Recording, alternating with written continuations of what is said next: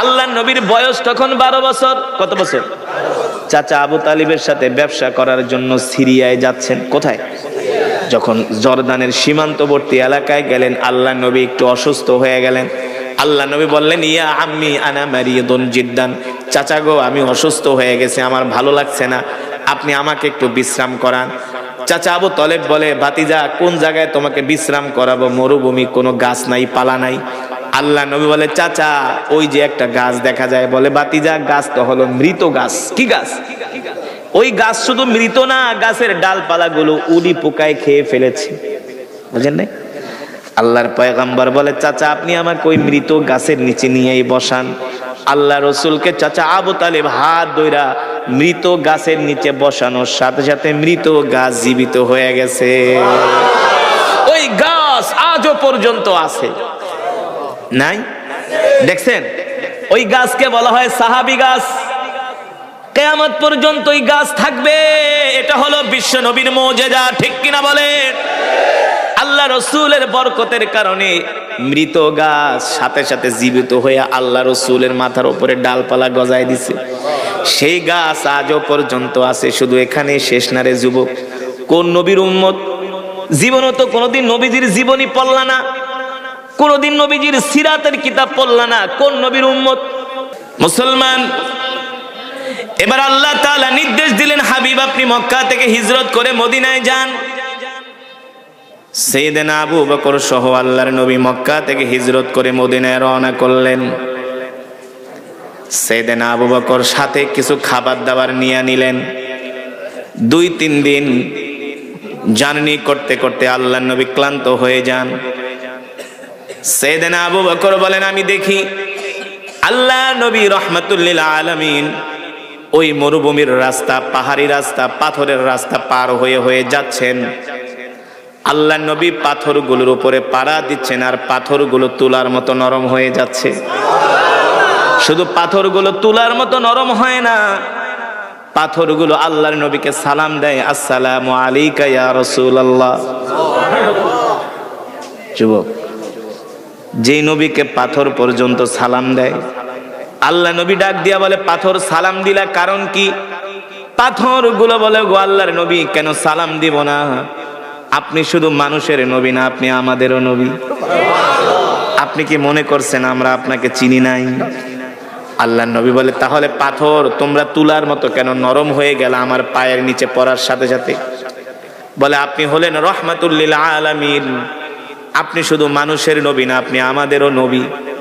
আপনি যদি শক্ত পাথরে পাড়া দেন তাহলে আপনার কষ্ট হবে। সুবহানাল্লাহ কইবেন না? এই কারণে আমরা পাথর তুলার মতো নরম হয়ে গিয়েছি। আল্লাহু আকবার। সাইয়েদনা আবু বকর বলে, গাছগুলো দেখে আল্লাহর নবীকে সালাম দেয়। আল্লাহর নবী ডাক দিয়া বলে, গাছ সালাম দিলা কারণ কি? বলে, কেন সালাম দিব না? আপনি শুধু মানুষের নবী না, আপনি আমাদেরও নবী। আকাশের মেঘমালা আল্লাহর নবীকে ছায়া দেয়। আল্লাহু আকবার। সাআতিশ শাজারু নাতাকাল হাজারু শাক্কাল কমারু বিইশারাতিহি। আল্লাহু আকবার। ইমামুল আম্বিয়া, সাইয়্যিদুল মুরসালিন, খাতামুন নবিয়্যিন, যেই নবীর জন্য কুল কায়নাত পাগল। ঠিক কিনা বলেন? যেই নবীর জন্য গাছ পাগল, যেই নবীর জন্য মাছ পাগল, যেই নবীর জন্য সারা পৃথিবী পাগল, যেই নবীর জন্য কুল কায়নাত পাগল, ওই নবীকেও দ্বীনের জন্য রক্ত দিতে হয়েছে। আর তুমি আমি কি মুসলমান হয়ে গেছি? নামাজের কোনো ঠিক নাই, রোজার কোনো ঠিক নাই, দ্বীন ধর্মের কোনো ঠিক নাই। আল্লাহ তাআলা হাসরের ময়দানে প্রত্যেকটা মানুষকে ধরবে। প্রত্যেকটা মানুষের কাছে আল্লাহ তাআলা তার দায়িত্ব সম্বন্ধে জিজ্ঞেস করবেন। আল্লাহ তাআলা প্রত্যেকটা মানুষকে আল্লাহ তাআলা দায়িত্ব দিয়া দুনিয়াতে পাঠাইছে। আপনি আমি যদি সেই দায়িত্ব পালন না করি তাহলে আল্লাহর আদালতে সেই দিন আমাদেরকে জবাব দিতে হবে। ঠিক কিনা বলেন? আর আল্লাহর আদালতে আমাদের জবাব দেওয়ার কোনো ভাষা থাকবে না। থাকবে?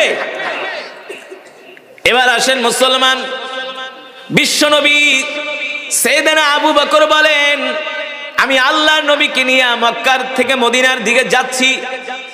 3-4 দিন সফর করার পরে আল্লাহর নবী ক্লান্ত হয়ে গেলেন, ক্ষুধার্ত হয়ে গেলেন। জিজ্ঞেস করলেন, আনা আতশানুন জিদ্দান ইয়া আবা বকর, আবু বকর আমি ক্লান্ত পরিশ্রান্ত, আপনার কাছে কোনো খাবার দাবার আছে কিনা? সাইয়েদনা আবু বকর বলল, গো আল্লাহর নবী আমার কাছে কোনো খাবার নাই, যা ছিল শেষ হয়ে গেছে। সাইয়েদনা আবু বকর বলেন, আল্লাহর নবী আমার কাছে খাবার চেয়েছেন, আমি নবীকে খাবার দিতে পারি না, এর চাইতে কষ্ট আমার কাছে আর কিছু হতে পারে না। অথচ এই আবু বকর সে আবু বকর, আল্লাহ নবী শুধু বলেছেন আবু বকর যুদ্ধের ময়দানে যেতে হবে, অস্ত্র শস্ত্র কিনবো, টাকা পয়সা যা আসে নিয়ে আসেন। সাইয়েদনা আবু বকর বাড়িতে যায়া লবণের বাটিটা পর্যন্ত আল্লাহ নবীর সামনে হাজির করেছে। লুসনিটা পর্যন্ত আল্লাহ নবীর কদমে হাজির করেছে, লুসনি লবণের বাটি। আল্লাহ রাব্বুল আলামিনের হাবিব জিজ্ঞেস করে, আবু বকর সব নিয়ে আসছেন, কিছু কি বাড়িতে রাইখা আসেন নাই? ওগো আল্লাহর নবী যা ছিল লবণের বাটিটা পর্যন্ত নিয়ে আসছি, কিচ্ছু রাইখা আসি নাই। তাহলে বাড়িতে কি রেখে এসেছেন? সাইয়েদনা আবু বকর বলেন, বাড়িতে আল্লাহ আল্লাহর রাসূলকে রেখে এসেছি, আল্লাহ আল্লাহর রাসূলকে রেখে এসেছি। সেই আবু বকরের কাছে আল্লাহর নবী খাবার চেয়েছেন। সাইয়েদনা আবু বকর বলে, আমার কাছে কোনো খাবার দাবার নাই, সব শেষ হয়ে গেছে। আল্লাহ নবী বলে, আবু বকর পানিও কি নাই? বলে পানিও শেষ হয়ে গেছে। কত কষ্ট করেছেন নবী।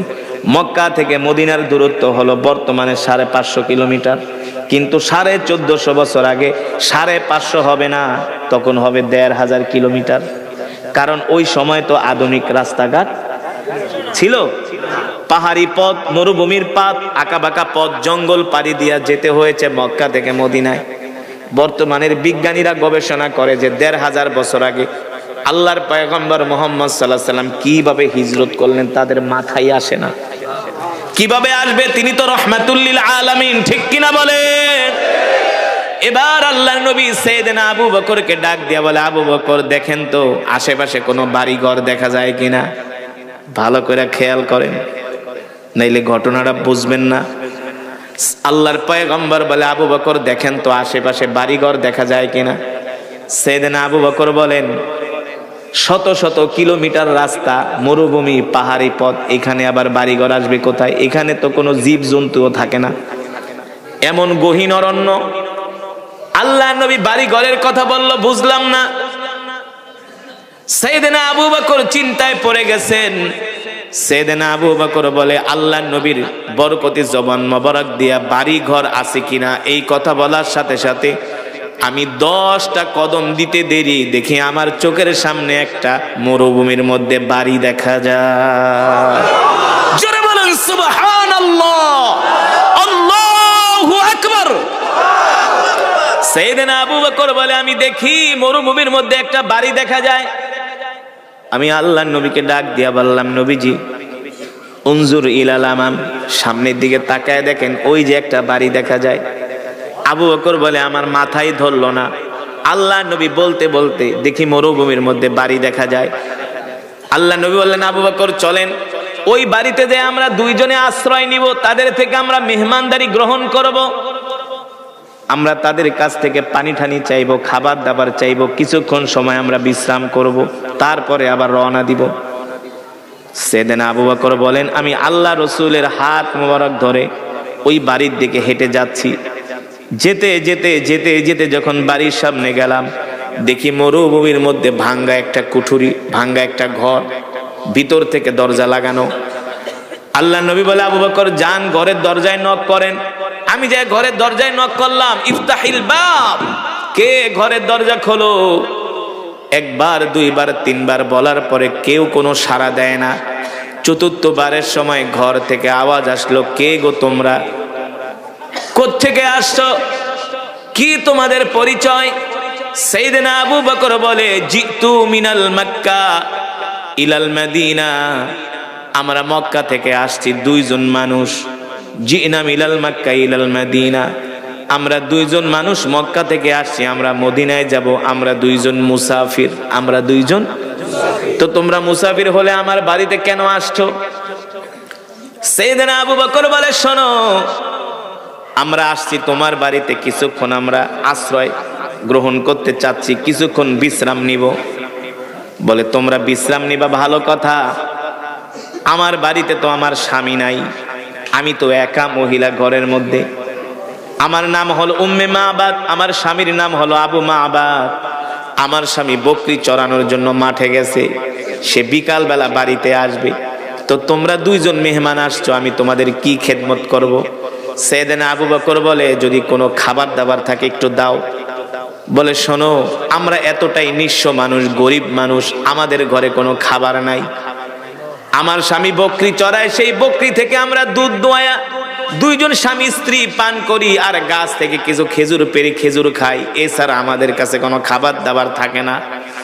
সাইয়েদনা আবু বকর বলে যদি খাবার দাবার না থাকে তাহলে একটু পানি পর্যন্ত দাও। বলে পানিও শেষ, পানিও। আল্লাহর নবী বলেন আবু বকর খাবারও নাই পানিও নাই। বলে না। হঠাৎ করে আল্লাহর নবী দেখেন উম্মে মাবাদের ঘরের সামনে একটা বকরি বাঁধা। কি বাঁধা? একটা বকরি বাঁধা। আল্লাহর নবী ডাক দিয়া বলেন আবু বকর, আপনি উম্মে মাবাদ থেকে অনুমতি নেন, ওর ঘরে যেহেতু খাবারও নাই পানিও নাই, আমরা ওই বকরি থেকে একটু দুধ দোয়া দুইজনে তৃষ্ণা নিবারণ করি। সাইয়েদনা আবু বকর বলল উম্মে মাবাদ, ইয়া উখতি, তোমার ঘরের সামনে একটা বকরি বাঁধা আছে, যদি অনুমতি দাও আমরা ওই বকরি থেকে দুধ দোয়া দুইজনে পান করি। ঘর থেকে উম্মে মাবাদ বলে পথিক, জানো না আমার ঘরের সামনে যেই বকরি বাঁধা আছে এই বকরিটা হলো অসুস্থ বকরি, হাঁটতে চলতে পারে না, দুধ দিবে কোত্থেকে? ওই হাঁটতে চলতে পারে না, এই কারণে আমার স্বামী ওকে ঘাস খাওয়ানোর জন্য মাঠেও নিয়ে যেতে পারে না। আল্লাহর নবী বলে আবু বকর, আপনি শুধু উম্মে মাবাদ থেকে অনুমতি নেন, অসুস্থ বকরি থেকে দুধ দোয়ানোর দায়িত্ব আমার। আর জোরে বলেন সুবহানাল্লাহ। সাইয়েদনা আবু বকর বিশ্বাস করেন আল্লাহর নবীর জবান মুবারক দিয়া যেহেতু এই কথা বলেছে, অসুস্থ বকরি থেকে অবশ্যই দুধ। সাইয়েদনা আবু বকর বলে উম্মে মাবাদ অনুমতি দাও, অনুমতি দাও। মহিলা মানুষ, অসুস্থ বকরি দুধ দেয় না। আল্লাহর নবী বলে আবু বকর আপনি শুধু অনুমতি আনেন। একবার দুইবার তিনবার বলার পরে মহিলা রাগ করে কয় যাও, পারলে দুধ দোয়া খাও, আমার কোনো আফসোস নাই। এবার আল্লাহর নবী বলে আবু বকর দুধ যে রাখবো পাত্র পাবো কোথায়? উম্মে মাবাদ থেকে একটা পাত্র চাই আনেন। আবু বকর বলেন, সাইয়েদনা আবু বকর বলে উম্মে মাবাদ একটা পাত্র দাও। উম্মে মাবাদ ঘর থেকে একটা সাগীরুন একটা ছোট পাত্র দিছে। আল্লাহর নবী বলে আবু বকর গো, এত ছোট পাত্রে হবে না, বড় পাত্র লাগবে।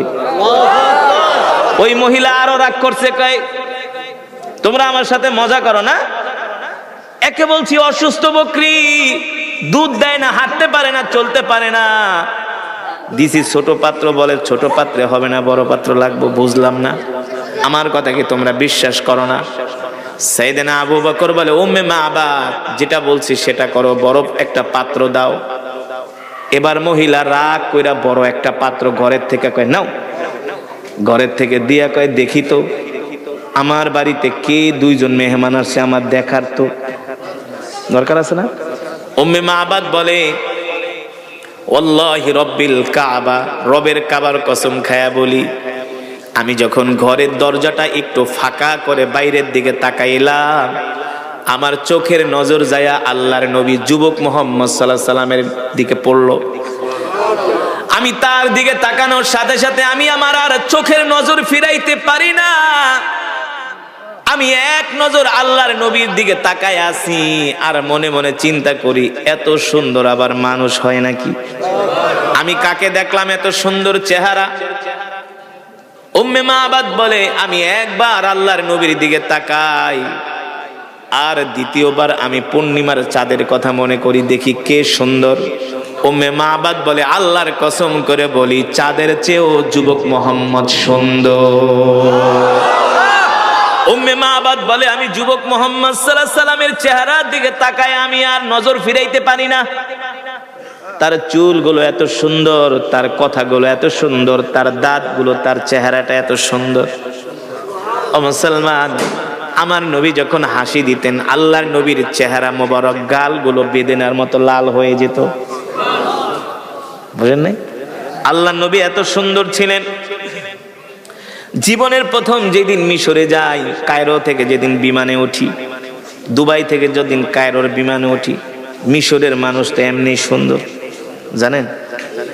সব একের জিনিস। পুরুষরা তো সুন্দর, আর মেয়েদের কথা তো বাদই দিলাম। আপনাদেরকে জানার জন্য বলছি এত সুন্দর কেন। পয়গম্বর ইউসুফ আলাইহিস সালাম ছিলেন পৃথিবীর সবচেয়ে সুন্দর, কিন্তু আল্লাহর নবীর চেয়ে সুন্দর। আল্লাহর নবী বলেন আমার ভাই ইউসুফ হলো সাদা সুন্দর, আমি হলাম লাল সুন্দর। সাদা সুন্দর বেশি আকর্ষণীয় নাকি লাল সুন্দর? এই যুবক, যখন বিয়ে করতে যাইবা দাদির কাছে জিগাইবা, দাদি যাইতেছি দেখতে, কয় শোন আগে দেখবি কন্যার চেহারাটা লাল সুন্দর কিনা, কারণ লাল সুন্দর মানুষগুলো রোদ্রে গেলে চেহারা আরো বেশি আলোকিত হয়। ঠিক কিনা বলেন? আমার রাসূল ছিলেন, আমার কলিজার টুকরা নবী ছিলেন লাল সুন্দর। আল্লাহু আকবার। পৃথিবীর যত সৌন্দর্য আছে আল্লাহ তাআলা আমার নবীকে দান করেছেন। এই কারণে আম্মা জান আয়েশা রাদিয়াল্লাহু তাআলা আনহা বলেন, মিশরের রমণীরা পয়গম্বর ইউসুফের চেহারা দেখা আপেল কাটতে যায় আঙ্গুল কেটে ফেলেছিল, জানেন? হ্যাঁ, মিশরের রমণীরা পয়গম্বর ইউসুফ আলাইহিস সালামের চেহারার দিকে তাকায় আপেল খাইতেছে। আপেল তো দূরের কথা, কাটতে কাটতে আপেল শেষ, এবার আঙ্গুল কাটতেছে। রক্ত বের হচ্ছে, কারো কোনো অনুভূতি নাই, কারো কোনো খবর নাই। জুলাইখা ছিল চালাক মানুষ, কয় বান্ধবীরা রে, এতদিন আমার বদনাম করছো, আমি কোন গোলামের প্রেমে পাগল হইছি, এবার দেখছনি গোলামের চেহারা। জুলাইখার বান্ধবীরা কয় বান্ধবী দূর থেকে তোমার সমালোচনা করছি, কিন্তু যার চেহারা দেখলাম মনে হয় সে মানুষ না, আসমান থেকে ফেরেশতা নেমে এসেছে। আম্মা জান আয়েশা রাদিয়াল্লাহু তাআলা আনহা বলেন, মিশরের রমণীরা পয়গম্বর ইউসুফ আলাইহিস সালামের চেহারা দেখে পাগল হয়ে গেছে, আঙ্গুল কেটে ফেলেছে। আমার স্বামী মুহাম্মদ সাল্লাল্লাহু আলাইহি সাল্লামের চেহারা যদি তারা দেখতো, শুধু আঙ্গুল কাটতো না, কলিজা কেটে ফেলতো, তারপরও আল্লাহর নবীর চেহারা মোবারক থেকে নজর ফিরাইতে পারতো না। এত সুন্দর ছিলেন আমার নবী। এবার উম্মে মাবাদ বলে, আমি যুবক মুহাম্মদ সাল্লাল্লাহু আলাইহি সাল্লামের চেহারার দিকে তাকায়া আমার আর দুনিয়ার কোনো খবর নাই। এখন আমি মনে মনে বলি, শুধু বকরির দুধ না পারলে বকরি জবাই করে খায়া ফেলাম, কারণ তোমার মতো এত সুন্দর মানুষ আমি আজ পর্যন্ত কোনোদিন। এবার উম্মে মাবাদ বলে, আমি যুবক মুহাম্মাদের দিকে যতই তাকাই ততই তার জন্য আমার মায়া লাগে, ততই আপন মনে হয়। আল্লাহু আকবার। কেন আপন মনে হবে না? উম্মে মাবাদ তো তার উম্মত, ঠিক কিনা বলেন? এবার উম্মে মাবাদ বলে, ঠিক আছে তোমরা দুধ দয়া খাও। এবার আল্লাহর নবী ওই পাত্র নিয়ে অসুস্থ বকরির কাছে যেতে যেতে আল্লাহর রাসূলের বরকতে অসুস্থ বকরি সুস্থ হয়ে গেছে। আর জোরে বলেন সুবহানাল্লাহ, আল্লাহু আকবার। আল্লাহর নবী ডাক দিয়ে বলে, বকরি ব্যাপার কি, তুমি না অসুস্থ? বকরি ডাক দিয়া বলে, আসসালামু আলাইকা ইয়া রাসূলুল্লাহ। আল্লাহ নবী বলে, বকরি সালাম দিলা কারণ কি? কয়েক সালাম কেন দিব না? আপনি কি মনে করছেন আপনাকে আমি চিনি নাই? আপনি শুধু মানুষের নবী না, আপনি আমারও নবী। ওগো নবীজি, আমি অসুস্থ ছিলাম, আপনাকে দেখার সাথে সাথে আমি সুস্থ হয়ে গেছি। আল্লাহ নবী ডাক দেয়, কাছে আসো। এবার বকরি আয়েশা আল্লাহ রসুলের কাছে তার মুখ দিয়া, আল্লাহ রসুলের কানের সামনে মুখ দিয়ে এবার কথা বলতেছে বকরি আল্লাহ নবীর সাথে। উম্মে মাবাদ বলে, আমি ঘর থেকে দেখতেছি বকরির চোখ দিয়া পানি বের হচ্ছে। বকরি আল্লাহ রসুলের কাছে মনের দুঃখ বলতেছেন, ওগো নবীজি, আমি অসুস্থ বকরি, এই কারণে আমার মালিক আমাকে ঘাস খাওয়ায় না, মাঠে নেয় না, আমি বাচ্চা দিতে পারি না, দুধ দিতে পারি না, এই কারণে আমাকে আদর করে না। আপনি আমার নবী, আপনাকে দেখার পরে আমি সুস্থ হয়ে গেছি। উম্মে মাবাদ বলে, আমি দেখতেছি যুবক মুহাম্মদের সাথে বকরি কথা বলতেছে। এবার আল্লাহর নবী ডাক দিয়ে বলে, বকরি আমরা দুইজন ক্ষুধার্ত মক্কা থেকে আসছি, মদিনায় যাব, তুমি যদি অনুমতি দাও তোমার থেকে একটু দুধ দোয়াই আমরা দুইজনে পান করব। এই কথা বলার সাথে সাথে বকরি তার দুই পা দুই দিকে দিয়া বলে, ওগো আল্লাহর নবী, আপনি আমার থেকে দুধ দহন করেন। আল্লাহ নবী বিসমিল্লাহ বইলা ওই দুধ বকরির ওলানের ভিতরে, বকরির স্তনের ভিতরে হাত দেওয়ার সাথে সাথে দুধে ভরপুর হয়ে গেছে। আমার নবী বরকতের নবী, দয়ার নবী, মায়ার নবী, ঠিক কিনা বলেন? আমার নবীকে আল্লাহ তাআলা বলেছেন, ওয়ামা আরসালনাকা ইল্লা রাহমাতাল লিল আলামিন। আল্লাহু আকবার। আল্লাহর নবীর বয়স তখন 12 বছর। কত বছর? চাচা আবু তালিবের সাথে ব্যবসা করার জন্য সিরিয়ায় যাচ্ছেন। কোথায়? যখন জর্দানের সীমান্তবর্তী এলাকায় গেলেন, আল্লাহ নবী একটু অসুস্থ হয়ে গেলেন। আল্লাহ নবী বললেন, ইয়া আম্মি আনা মারিদুন জিদ্দান, চাচা গো আমি অসুস্থ হয়ে গেছে, আমার ভালো লাগছে না, আপনি আমাকে একটু বিশ্রাম করান। চাচা আবু তালেব বলে, ভাতিজা কোন জায়গায় তোমাকে বিশ্রাম করাবো? মরুভূমি, কোনো গাছ নাই, পালা নাই। আল্লাহ নবী বলে, চাচা ওই যে একটা গাছ দেখা যায়। বলে, ভাতিজা গাছটা হলো মৃত গাছ। কি গাছ? ওই গাছ শুধু মৃত না, গাছের ডালপালাগুলো উলি পোকায় খেয়ে ফেলেছে। বুঝেন নাই? আল্লাহর পয়গম্বর বলে, চাচা আপনি আমাকে ওই মৃত গাছের নিচে নিয়েই বসান। আল্লাহ রসুলকে চাচা আবু তালেব হাত ধইরা মৃত গাছের নিচে বসানোর সাথে সাথে মৃত গাছ জীবিত হয়ে গেছে। ওই গাছ আজও পর্যন্ত আছে। নাই? দেখছেন? ওই গাছকে বলা হয় সাহাবী গাছ। কিয়ামত পর্যন্ত ওই গাছ থাকবে। এটা হলো বিশ্ব নবীর মুজিজা, ঠিক কিনা বলেন? আল্লাহ রসুলের বরকতের কারণে মৃত গাছ সাথে সাথে জীবিত হয়ে আল্লাহ রসুলের মাথার উপরে ডালপালা গজায় দিছে। সেই গাছ আজও পর্যন্ত আছে। শুধু এখানে শেষ না রে যুবক। কোন নবীর উম্মত? জীবনে তো কোনোদিন নবীজির জীবনী পড়লা না, কোনোদিন নবীজির সিরাতের কিতাব পড়লা না। কোন নবীর উম্মত? জীবনী পড়ো অমক বন্দ্যোপাধ্যায়, চট্টোপাধ্যায়, চ্যাটার্জি, ব্যানার্জি, রবীন্দ্রনাথের, যাদের চরিত্রের কোনো ঠিক নাই। কিন্তু বিশ্ব নবীর জীবনীটা যদি পড়তারে যুবক, তুমি যতই পাথরের মতো হৃদয় হোক না কেন, তোমার চোখ দিয়ে ঝরঝর করে পানি পড়তো। তুমি কোন নবীর উম্মত রে যুবক? তুমি জানো না? তোমার নবী হলেন রহমাতুল লিল আলামিন, ইমামুল আম্বিয়া, সকল নবীদের ইমাম, সাইয়্যিদুল মুরসালিন, সকল নবীদের সরদার, খাতামুন নবিয়্যিন, যে নবীর পরে আর কোন নবী আসবে না। আমরা সেই নবীর উম্মত। খুশি নাকি বেজার? জোরে বলি, খুশি নাকি বেজার? এবার আসো যুবক, আল্লাহ নবী ওই বকরির স্তনে হাত দিয়ে এবার দুধ কি করছেন? আমার নবী এমন নবী যে দুধ দোয়াইতে পারে। হ্যাঁ, আমার নবী একদিকে ছিলেন ব্যবসায়ী। কি ছিলেন? আমার নবী একদিকে ছিলেন ব্যবসায়ী, আর একদিকে আমার নবী সব কাজ করতেন। এমনকি আম্মা জান আয়েশাকেও খাবার দাবারের সময় সহযোগিতা করতেন না। আর আমরা তো ঘরওয়ালিকে কোনো হেল্প করতে চাই না। তাই তোর কাম করে দেবো, তোর বিয়া করে আনছি না, তোর কাম তুই করবি না। না, এটা রাসূলের চরিত্র না। আমার নবী একদিকে ছিলেন রাষ্ট্রপ্রধান। কথা কেন? কি ছিলেন নাকি? আমার নবী ছিলেন একদিকে রাষ্ট্রপ্রধান, আর একদিকে ছিলেন যুদ্ধের ময়দানে বীর সেনানী, সেনা প্রধান, যুদ্ধের নেতৃত্ব দিয়েছেন। আর একদিকে ছিলেন সবচেয়ে বড় বিজনেসম্যান, সবচেয়ে বড় ব্যবসায়ী। কি? সবচেয়ে বড় ব্যবসায়ী। মোল্লাদের গায়ে লাগে না, না?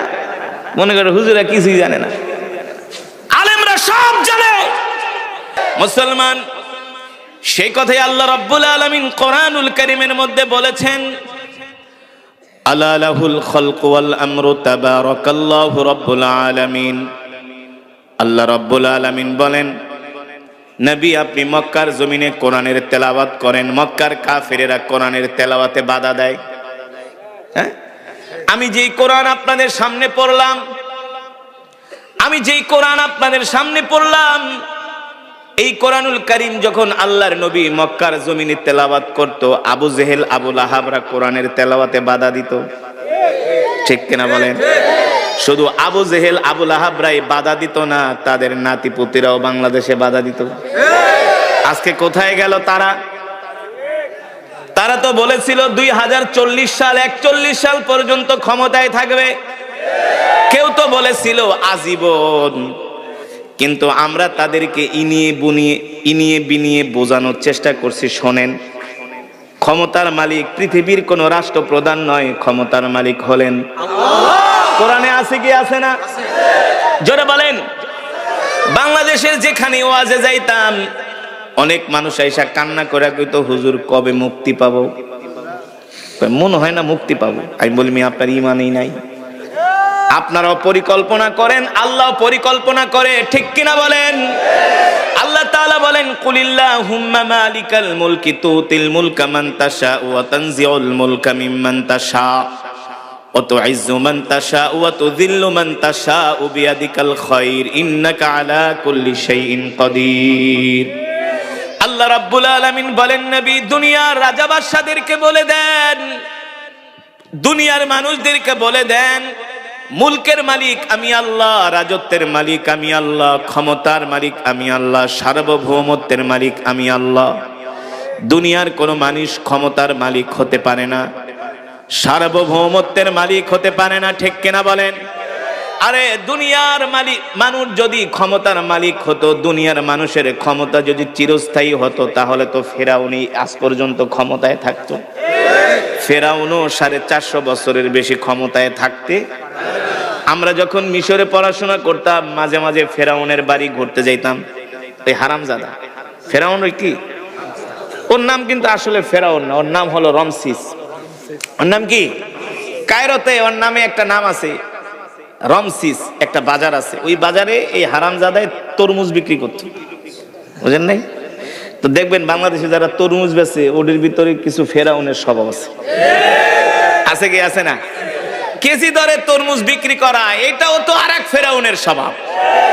হ্যাঁ, এই ওয়াজটা আমি যে খুলনা করছিলাম, যেখানে সবচেয়ে বেশি তরমুজ উৎপাদিত হয়, ওই নদীর পারে। পরে কিছু লোক এক, হুজুর এমন ওয়াজ করেন না। আমি তাইলে কেজি দরে তরমুজ বিক্রি করো কেন? ঠিক কিনা বলেন? মুসলমান, যেটা বলছিলাম, ক্ষমতার মালিক দুনিয়ার কোনো মানুষ নয়, ক্ষমতার মালিক কে? আরো জোরে বলেন, কে? ক্ষমতার মালিক হলেন আল্লাহ। সেই আল্লাহ তাআলা পয়গম্বর মুসা আলাইহিস সালামকে বললেন, মুসা যাও ফেরাউনের কাছে, ফেরাউনকে যায় দ্বীনের দাওয়াত দাও। আল্লাহ তাআলা পয়গম্বর মুসাকে পাঠালেন ফেরাউনের রাজপ্রাসাদে। যাওয়ার আগে আল্লাহ তাআলা ফেরাউনকে যে দাওয়াত দিতে যাবে পয়গম্বর মুসা, আল্লাহ তাআলা আবার পয়গম্বরকে কিছু নসিহত করে দিলেন। ফাকুলা লাহু কাওলাল লাইয়িনাল লাআল্লাহু ইয়াতাযাক্কারু আও ইয়াখশা।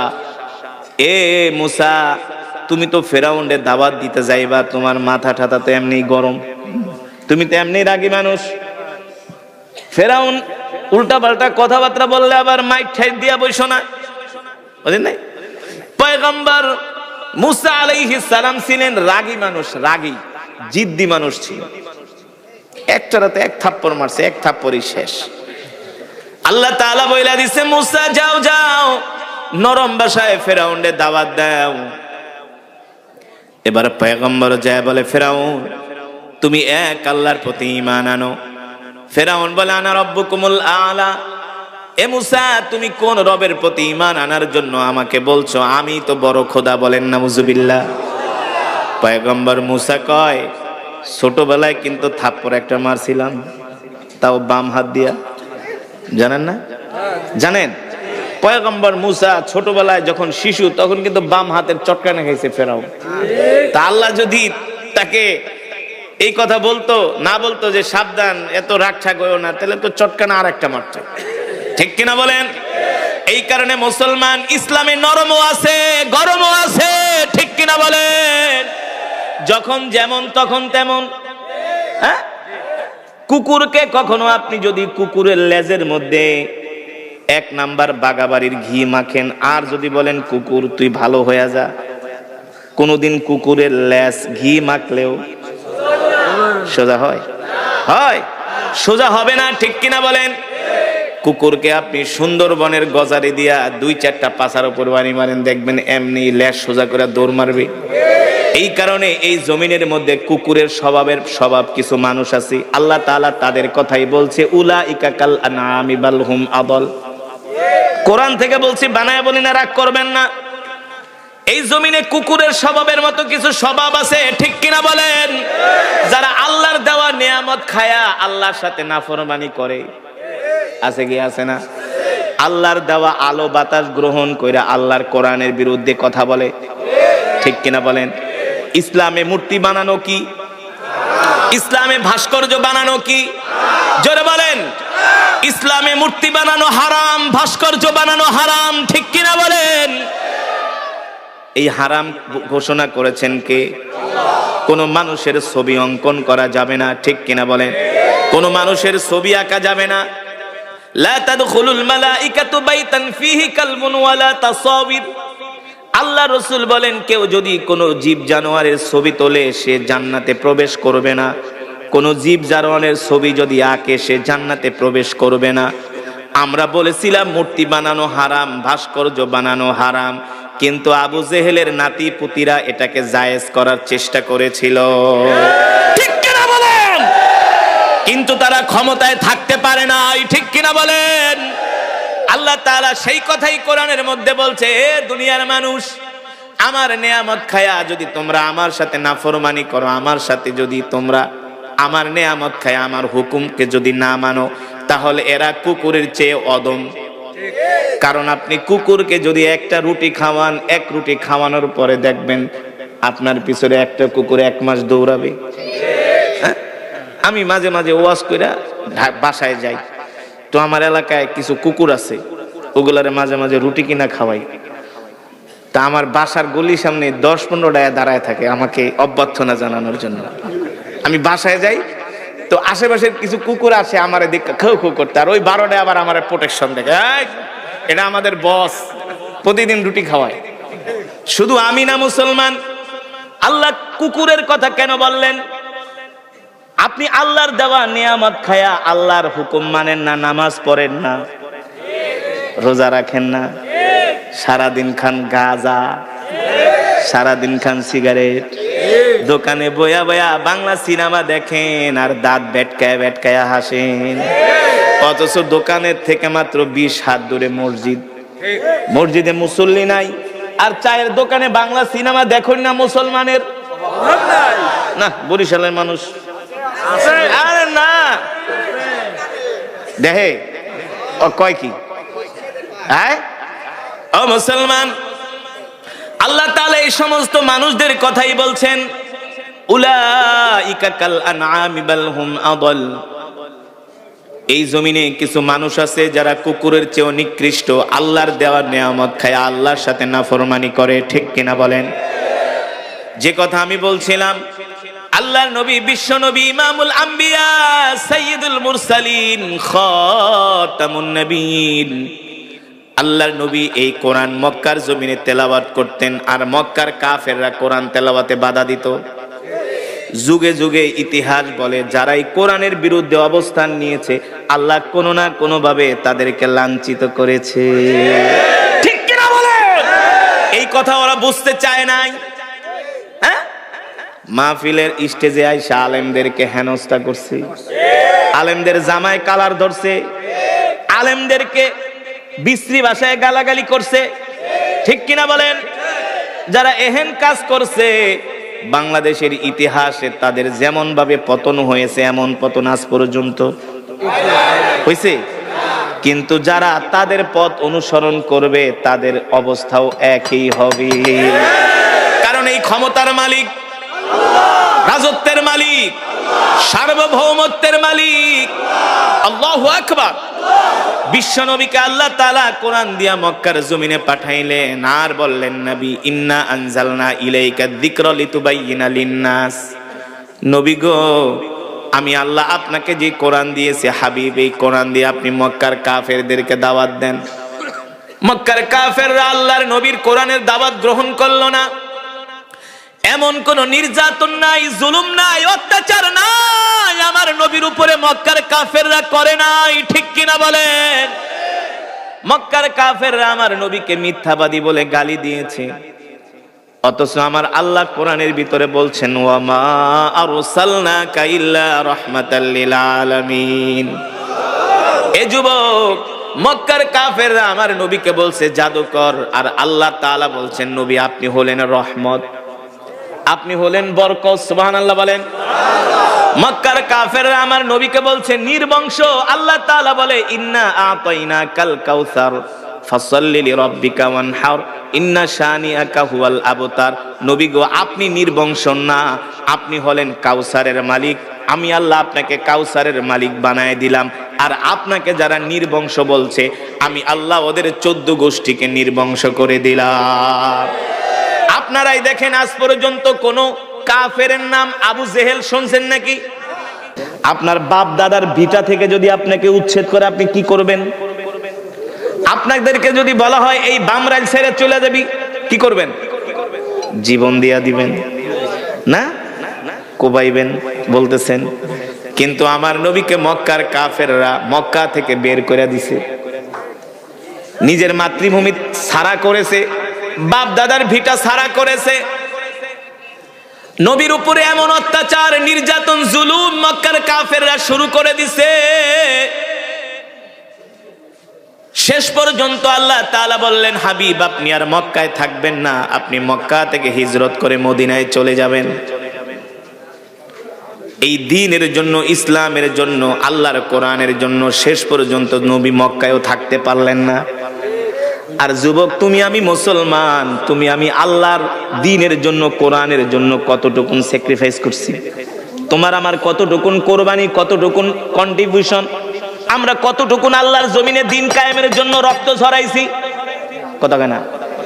আল্লাহর জমিনে দ্বীন কায়েমের জন্য, কোরআনের আইন প্রতিষ্ঠা করার জন্য আমরা কতটুকুন রক্ত দিছি?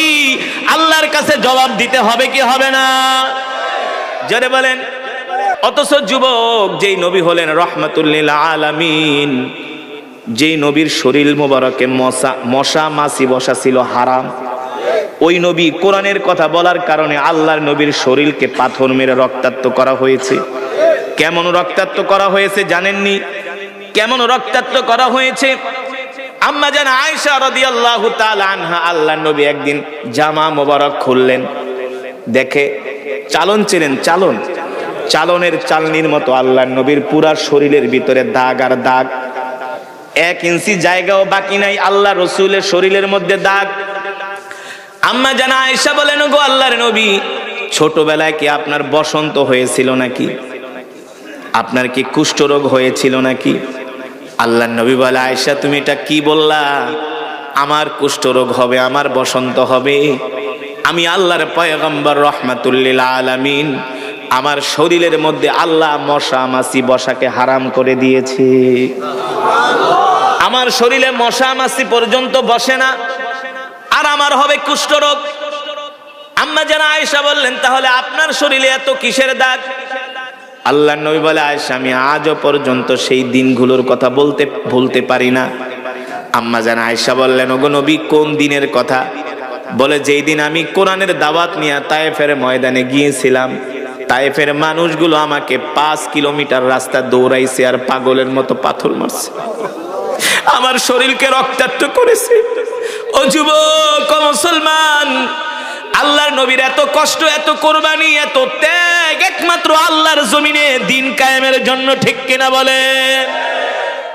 শেষ পর্যন্ত আল্লাহ তাআলা তার হাবিবকে বললেন নবী আপনি আর মক্কায় থাকবেন না, এবার আপনি মক্কা থেকে হিজরত করে মদিনায় যান। আল্লাহর নবী যখন মক্কা থেকে হিজরত করে সাইয়েদনা আবু বকরকে সহ যখন মদিনার দিকে রওনা হলেন, আল্লাহর নবী মক্কা থেকে 2-3 কিলোমিটার দূরে যায় বারবার বাইতুল্লাহর দিকে তাকান আর আল্লাহর নবী কান্না করেন। নিজের মাতৃভূমি ছেড়ে যেতে মন চায় না, নিজের বাপ দাদার ভিটা কেউ ছাড়তে চায় না, কিন্তু আল্লাহর নবী দ্বীনের জন্য, ইসলামের জন্য ছেড়েছেন। ও যুবক, এই কারণেই আল্লাহর নবী হাসরের ময়দানে প্রত্যেকটা যুবককে ধরবেন, প্রত্যেকটা মুসলমানকে ধরবেন, যে আমি আল্লাহর দ্বীনের জন্য জান দিছি, মাল দিছি, রক্ত দিছি, পাথর খাইছি, তোরা আমার উম্মত হইয়া কি করছস? ঠিক কিনা বলেন? তোরা আমার উম্মত হইয়া কি করছস?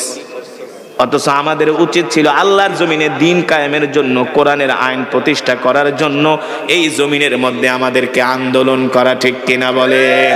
ঠিক কিনা বলেন? আজকে ওরা আমাদের ভোটে নির্বাচিত হয়ে এসি রুমের ভিতরে বৈশা বৈশা ওরা জনগণের অর্থ আত্মসাৎ করে আর জনগণের দফা ঠান্ডা করে। ঠিক কিনা বলেন? স্বাধীনতার 52 বছর হয়ে গেছে, একদল যায় আর এক দল আসে, শুধু খাই খাই পার্টি। হ্যাঁ, খাই খাই পার্টি। এই অবস্থার পরিবর্তন হবে না যতদিন না পর্যন্ত আল্লাহর জমিনে কোরআনের আইন প্রতিষ্ঠা না হবে। কথাটা মনে রাখবেন, এক দল আসবে আর এক দল যাবে, কোনো পরিবর্তন হবে না। আর একটা কথা মনে রাখবেন, যারা কোরআন দিয়া রাষ্ট্র পরিচালনা করবে না, ওদের কাছে দেশ, দেশের জনগণ নিরাপদ না। ওদের কাছে এই দেশের সার্বভৌমত্ব নিরাপদ না। দেখেন না, এই দেশ আসলেই সিঙ্গাপুর হয়ে যেত। আগের যারা রাষ্ট্র পরিচালনা করছে তারা যে বলে এই দেশ সিঙ্গাপুর, আসলেই সিঙ্গাপুর হয়ে যেত যদি চুরি না করত। আমরা তো বিদেশে যাই, সারা বিশ্ব ঘুরি, তো দেখি সিঙ্গাপুরে, মালয়েশিয়াতে, আরব আমিরাতে, মধ্যপ্রাচ্যের দেশগুলোতে আমাদের দেশের ভাইয়েরা কত কষ্ট করে 18 ঘন্টা ডিউটি করে, প্রচন্ড রৌদ্রের মধ্যে মাথায় প্লাস্টিকের একটা ক্যাপ লাগায়া, প্লাস্টিকের বড় বড় জুতা পরে, কত মোটা মোটা ড্রেস পরে। বিশ্বাস করেন, ওই চোরেরা তো এই দৃশ্যগুলো দেখে না।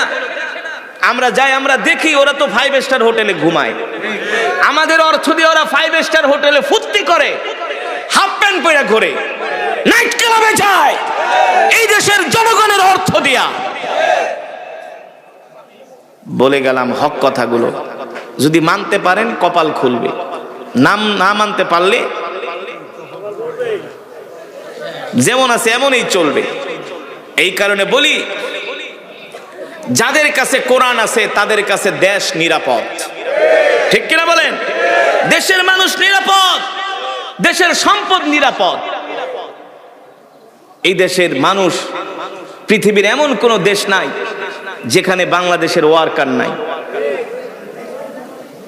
আমি যেই মসজিদে জুমা পড়াই, আমার মসজিদটা 150 কোটি টাকা দিয়ে বানানো হয়েছে। গাজীপুর মাওনা হাজী আব্দুল সাত্তার জামে মসজিদ। আমার মসজিদের যিনি মোতাল্লি, অনেক বড় মিলিনিয়ার, বলে হুজুর কি বলবো, পৃথিবীর সেই শেষ প্রান্ত সুইজারল্যান্ড, নিউজিল্যান্ড, সেই জাপানের শেষ সীমায় যায়, সেখানেও দেখি বাংলাদেশের ড্রেস, মেড ইন বাংলাদেশ। আমার দেশের পোশাক শিল্প পৃথিবীর 2য় স্থান দখল করে আছে। আমার দেশের গার্মেন্টস শ্রমিকরা যেই কষ্ট করে, আমার দেশের ওয়ার্কার, রেমিটেন্স যোদ্ধারা যেই বিদেশে কষ্ট করে, প্রায় 2 থেকে 2.5 কোটি বাঙালি বিদেশে থাকে। প্রতি মাসে হাজার হাজার ডলার, লক্ষ কোটি ডলার বাংলাদেশে ঢুকতেছে। এই টাকাগুলো কোথায়? সব চোরেরা চুরি করে খেয়ে ফেলে। কারো কোনো বিচার হয়েছে? হয় নাই। বরিশালের যে রোড, এত গাড়ি অ্যাক্সিডেন্ট হয়, এই রোডটা আরো 20 বছর আগে 4 লেন হওয়ার দরকার ছিল। এই দেশের অর্থের অভাব নাই, কিন্তু যারা রক্ষক তারাই তো আজকে বক্ষকের কাতারে শামিল। ঠিক কিনা বলেন? আপনারা রাগ করতেছেন, কষ্ট পাচ্ছেন? বিশ্বাস করেন, আমি এখানে কোনো রাজনীতি করতে আসি নাই, তবে হ্যাঁ, আমি কোরআনের কথা বলতে আসছি। যদি এই দেশে কোরআনের শাসন থাকতো, দেখেন না, জহিরুল ইসলাম বাংলাদেশের শীর্ষ ধনী ছিলেন, চুরি করার কারণে তার আঙ্গুল কেটে দেওয়া হয়েছে। কোরআনের আইন, আপনি কোরআনের আইন বাস্তবায়ন করেন, দেখবেন 1 পয়সা দুর্নীতি হবে না, কোনো চোর চুরি করবে না, কোনো ডাকাত ডাকাতি করবে না। আপনি 500 টাকার একটা নোট নিয়ে নতুল্লাবাদের বাসে ওঠেন, দেখবেন গুলিস্তান যাওয়ার আগে শেষ।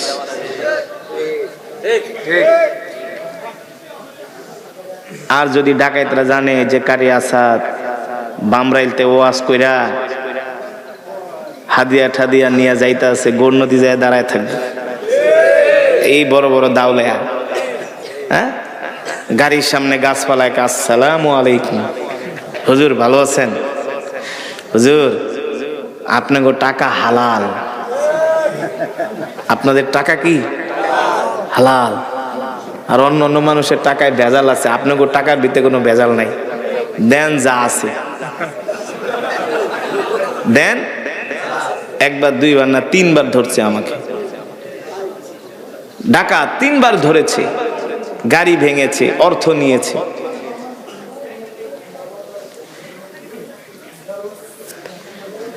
এই দেশে যদি কোরআনের আইন থাকতো, চুরি ডাকাতি ছিনতাই ইফটিচিং ধর্ষণ সব বন্ধ হয়ে যেত।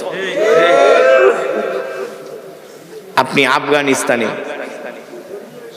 1 কোটি টাকা হাতে নিয়ে রাস্তায় বের হন, চোর ডাকাত তো দূরের কথা, ইবলিশ শয়তানও আপনার দিকে ভুলেও তাকাবে না।